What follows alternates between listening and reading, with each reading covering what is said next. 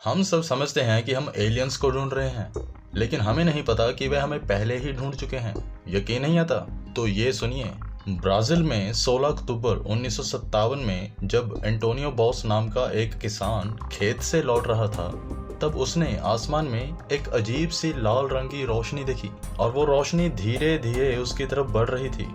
और जब उसे पता चला कि वह रोशनी एक एलियन स्पेसशिप से आ रही है, तो वो अपनी जान बचाकर वहां से भागा और उसी वक्त उसे 5 फुट लंबे एक क्रिएचर ने पकड़ लिया और उसके 2 साथी उसे घसीटते हुए अपने स्पेसशिप में ले गए। स्पेसशिप के अंदर ले जाते ही उन क्रिएचर्स ने उसके शरीर पर एक अजीब सा जेल लगाया और मेडिकल रूम में उसे टेस्ट के लिए ले गए और उसके ब्लड सैंपल लेकर उसे वापस छोड़ दिया।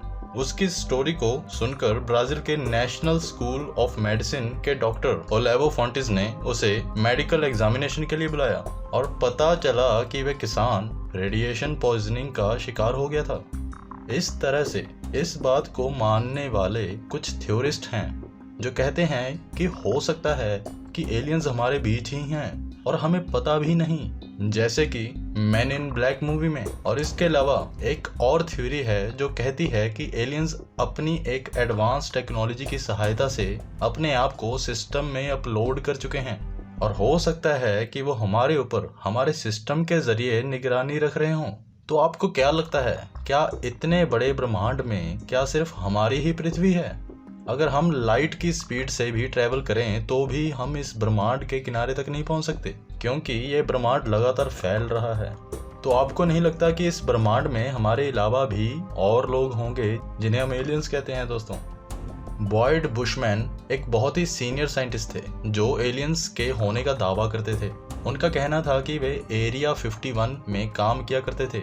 एरिया 51 एक ऐसी जगह है जिसे अमेरिका आज तक पूरी दुनिया से छुपाता आया है। जब उनका मरने का वक्त आया था तो उन्होंने सारी दुनिया को एलियंस के होने के सबूत दिखाए थे। 1989 में बेल्जियम में कई लोगों ने आसमान में एक उड़ती हुई चीज को देखा जो कि एक ट्रायंगल शेप की थी, लेकिन वे क्या चीज थी ये किसी को पता नहीं चला और वहां की सरकार ने उसके पीछे 2 जेट्स लगा दिए थे। लेकिन जब भी कोई जेट उसके पास जाता तो उस यूएफओ की स्पीड 240 किलोमीटर पर आवर से 1800 किलोमीटर पर आवर 1 मैक से भी ज्यादा हो जाती और इस चीज को वहां पर 13,000 लोगों ने देखा था। ऐसे ही और भी बहुत सारी घटनाएं हैं दोस्तों।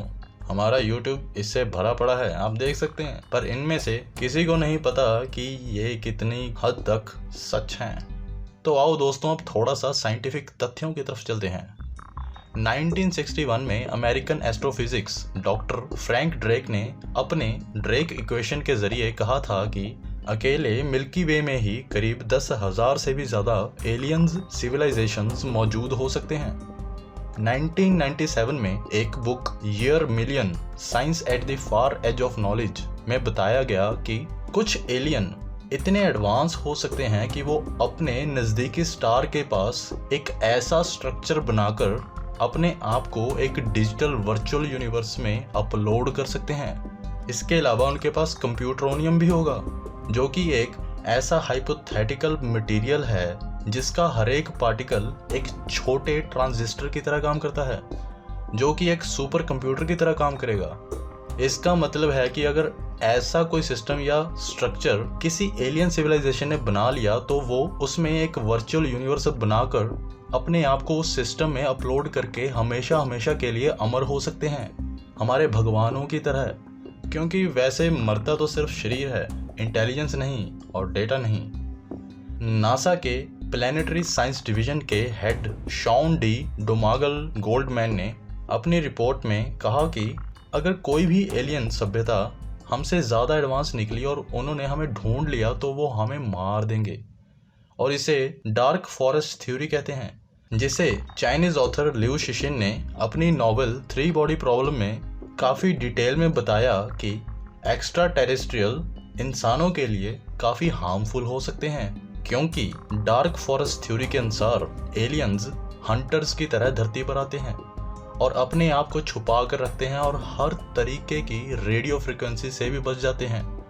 पर अगर उन्हें कोई इंसान डिटेक्ट कर लेता है, ढूंढ लेता है, तो वो इंसान यानी हमें मार भी सकते हैं। इसलिए इतने सारे एलियंस हमारे आसपास होने के बावजूद भी हमें दिखाई नहीं दे रहे। बेसिकली इस थ्योरी का आइडिया इसके रचयिता को कहाँ से आया? ये आइडिया उन्हें गेम थ्योरी से आया। ये सारा ब्रह्मांड किसी यूनिवर्सल गेम की तरह है। ये पूरा सिनारियो बिल्कुल काउंटर स्ट्राइक गेम की तरह मिलता जुलता है। जैसे इस गेम में भी अगर एक दूसरे को नहीं मारा तो फिर दूसरा उसे खत्म कर देता है। यानी इससे ये प्रूव होता है कि अगर दो सिविलाइजेशंस को एक दूसरे के बारे में पता है तो सर्वाइवल के लिए किसी एक को मारना ही होगा। पर अगर दो सिविलाइजेशंस को एक दूसरे के बारे में पता नहीं चलता तो सर्वाइवल पॉसिबल है, बिल्कुल पबजी गेम की तरह, जिसमें जो आखिर तक कांटेक्ट में नहीं आता वो बिना मेहनत किए आखिर तक जिंदा बच जाता है। यानी कि अगर ड्रेक इक्वेशन की माने तो हमारे यूनिवर्स में करीब 1,56,00,000 सिविलाइजेशंस मौजूद हैं। तो ऐसी ही बहुत सारी थीरीज हैं दोस्तों, आपका इनके बारे क्या कहना है? हमारे इस वीडियो को ज्यादा से ज्यादा शेयर करें, लाइक करें और हमारे चैनल को सब्सक्राइब करना भी मत भूलिएगा। अंत तक बने रहने के लिए दिल से धन्यवाद।